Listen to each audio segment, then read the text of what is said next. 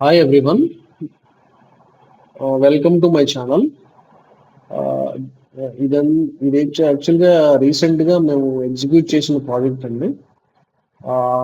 ఇది వచ్చేసి 9-10 కిలోవాట్ హైదరాబాద్లో మనం నార్కెట్పల్లి దగ్గర ఇది ఎగ్జిక్యూట్ చేస్తున్నాము రీసెంట్గా. ఇవి వచ్చేసి సీక్వెన్స్గా ఉంటాయండి. మన స్ట్రక్చర్ చూసారా, అవి వచ్చేసి లెగ్స్ అండి. ఆ లెగ్ అవి ప్యారలల్ గా ఇనీషియల్ గా లైన్అప్ చేసుకుంటూ వెళ్ళాలి. ఒక్కొక్క స్ట్రక్చర్ బై స్ట్రక్చర్ అంటే షాడో అనాలిసిస్, అంటే షాడో పడకుండా మనం స్ట్రక్చర్ చేసుకుంటూ వెళ్ళాలండి.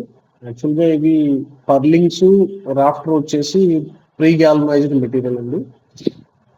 తర్వాత లెగ్ వచ్చేసి హార్డ్ డిప్ గ్యాల్వనైజ్డ్ మెటీరియల్. ఇవన్నీ వచ్చేసి మనం ఎగ్జిక్యూట్ ఇప్పుడు రైట్ నౌ చేస్తున్నాము. యాక్చువల్గా స్ట్రక్చర్ అంతా ఇన్స్టలేషన్ అయిపోయింది.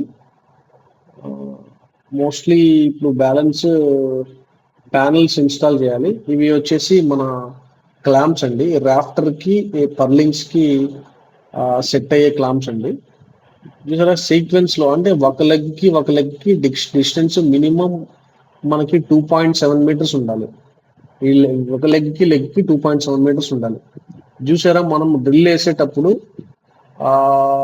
కేర్ఫుల్గా వేయాలండి. ఆ డ్రిల్స్లో మనము లిక్విడ్స్ కూడా వేస్తాం, అంటే ఆ లిక్విడ్ అనేది వేస్తాం. ఆ లిక్విడ్ అనేది మనం ఇనీషియల్గా లీక్ అవ్వకుండా ఉంటుంది అనమాట.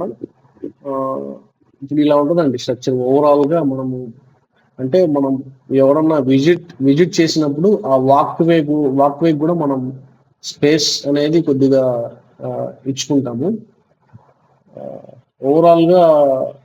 ఓవరాల్గా ఇదండి మా ప్రాజెక్ట్.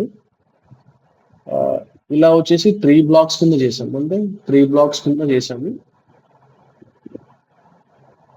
ఇలా ఉంటుందండి.